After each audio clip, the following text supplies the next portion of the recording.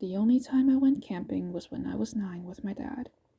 He dragged me towards the woods and off the designated path people set from the bare dirt road. I trusted my dad to lead me to a good camping spot when I was following behind. Despite his happy-go-lucky personality and getting us into trouble more times than a parent should, he was still a leader in my eyes. I always follow behind, stepping into his much bigger footsteps, carefully and steadily walking in the same direction that he would go. Dad decided that we should explore the woods before settling into a spot for the night, hoping to find an anomaly among the greens. But then we were met with a large clearing with a flight of stairs in the middle of the woods. I thought we had arrived at our campsite, but with my dad's pause and look of confusion, it was evident that he didn't expect us either. This abnormality in the forest. The staircase looked like the one in the mall closest to our house. The size seems to match too, maybe around 32 steps, because I would count how many steps were there whenever I walk up a flight of them, and I remembered them all having exactly 32, with a width of 15 size 7 shoes, since I got bored once at a mall and measured it while waiting for whatever it was at the time. I remembered them so clearly because Dad and I sneaked out of the house once when I should have been doing my homework to the mall, since there was an indoor amusement park for the month.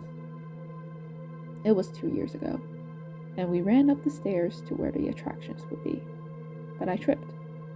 I hit my head on one of the steps, resulting in a trip to the hospital instead of the carousel, and brought 2 stitches between my brows home. The evidence of that incident stayed on my forehead still. I got anxiety over marbled stairs since then.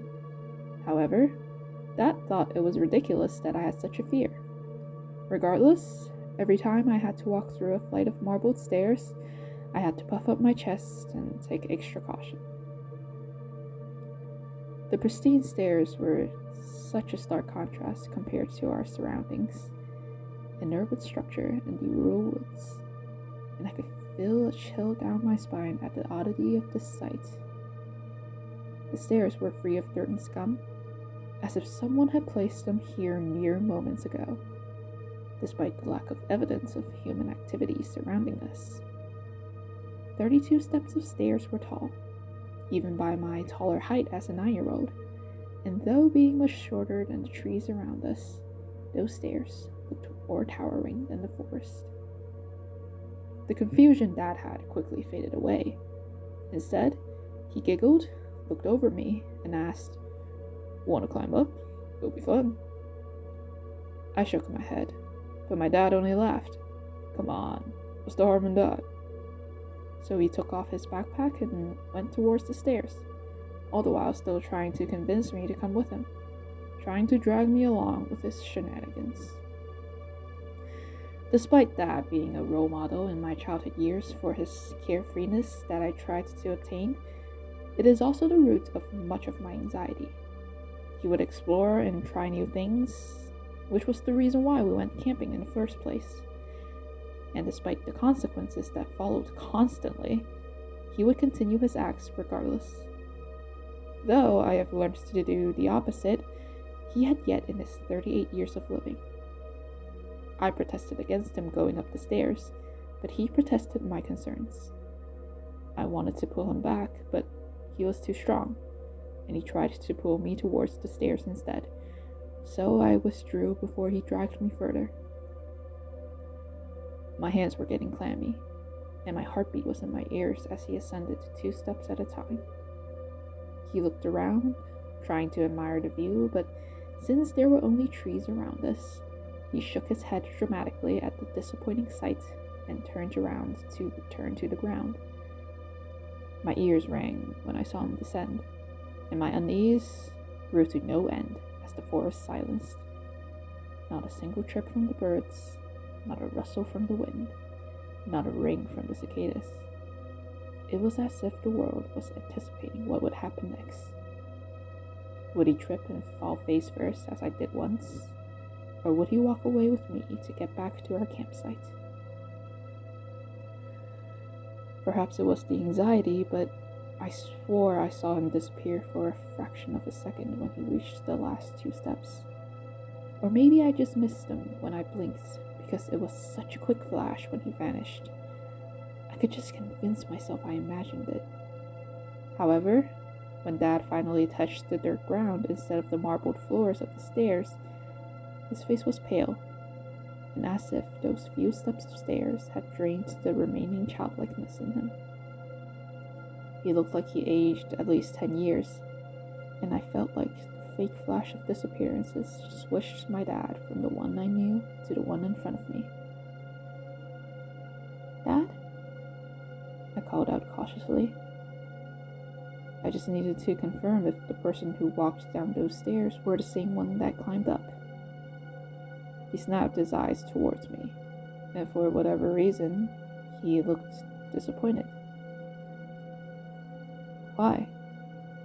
Why was he disappointed? Why was he disappointed in me?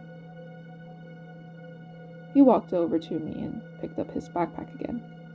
He didn't say another word before grabbing my hand and walking back the way we came. I wanted to ask what happened. I wanted to ask, why this reaction? I wanted to ask where did he go, but his tight grip made me shut my mouth and just keep walking. My hand in his warm one told me that he was still the same man as my father, but he was no longer the same man who suggested we would go camping together. In the end, we didn't camp at all. We headed right back to our car and drove home, and we never went to those woods ever again. Not only that, he also rarely suggests we go out and avoid responsibilities. Whenever I heard about a new carnival or an exhibition, I waited for him to bring it up and bring me along, but he never did that. As if he stopped looking for fun things to do after landing from those marbled stairs. And when I suggested we go try something new, he would shut it down and tell me to focus on my studies. Something that was reserved for my mom to do, yet he was now on board with Mom's way of educating me, despite the years of protests that she should let me be a kid. We never went to the side of the mall where I tripped on those stairs as well, as if he remembered what happened to me on the identical stairs in the wood, and the wake-up call came 2 years after. Over the years, this stoic, no-bullshit dad was all I remember. I would still beg my dad to bring me to places, but it would take a few tries for him to relent. Sometimes the role would reverse when it's Mom who tells Dad to loosen up a bit regarding parenting. Yet sometimes, late at night, especially now that I live on campus and away from home with schoolwork piling onto me constantly, I would remember the days when Dad would hold my hand and drag me to roller coasters and museums and laugh. Sometimes I tried to remember the laugh he did whenever I did something dumb during these adventures. But just like those stairs in the woods, it was a memory far too painful for me to remember clearly. Until I went to the Indigenous Reserve with my friend Ken. I honestly thought it would be a chill little getaway to Vancouver Island, visiting the reserve and spending a good weekend away from the urban city before going back to our society. There would be nothing special or outstanding about the trip, and that's how it should be. Except when Ken brought me to the woods. It was meant to be a light walk after dinner, and he said he had something cool to show me. He always acts like a hyperactive puppy, always coming up with stuff to do with me, and after years of bullying by my dad, it was a surprise that the two of us got along. Maybe because he was just like that pre-stairs. He reminded me of how much fun I had when I was young. Maybe that's why I indulge in his antics and come up with stuff to do with him. We always get into trouble together, but he always laughs it off. The carefree Ken who helped me build a childhood I was robbed of. The woods surrounding the reserve had a walking trail, but of course, we walked off the path. Ken said, "Don't tell anyone, but we're gonna go see something cool." I thought it would be a weird-looking tree that he thought was funny, since he easily finds things amusing. That's probably why I liked hanging out with him. We always find joy in the simplest things, forgetting the stress and responsibilities for surrounding us. But of course, that thing has to come up and haunt me 10 years later.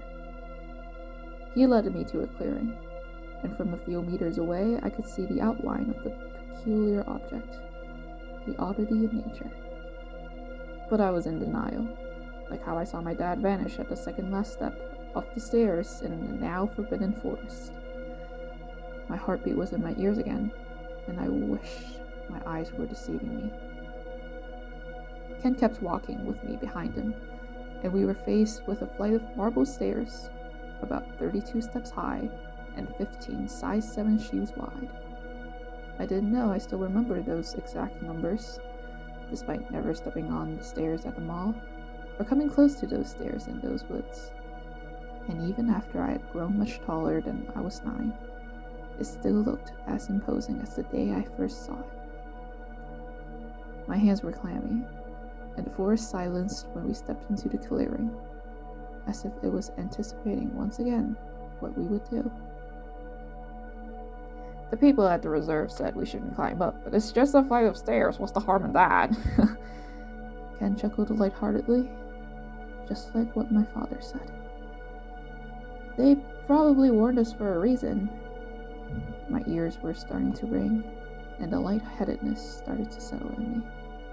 Oh, come on. It's not like it's gonna hurt anyone. He laughed and started walking towards the first step, all the while still trying to convince me to climb up with him. Dad said something along those lines as well, when we were on our camping trip, and he climbed up a flight of stairs in the wood that looked like it was copy and pasted from the mall. And he was no longer the same person since then. Goosebumps rose on my skin, and my feet moved before I could even register them moving. Just when Ken was about to get on the first step, I tackled him away. What was that for? He scolded, face filled with bizarre confusion as we both lay on the dirt ground, our feet mere inches away from the first step. My ears stopped ringing, but the forest was still silent. No wind, no cicadas, no birds. Only my heavy breathing and Ken's irritated questioning filling the silence of the trees and whoever was looking onto us. I didn't reply. I didn't think I could anyways. I just grabbed him by his arm to stand up and walk right back to where we came from.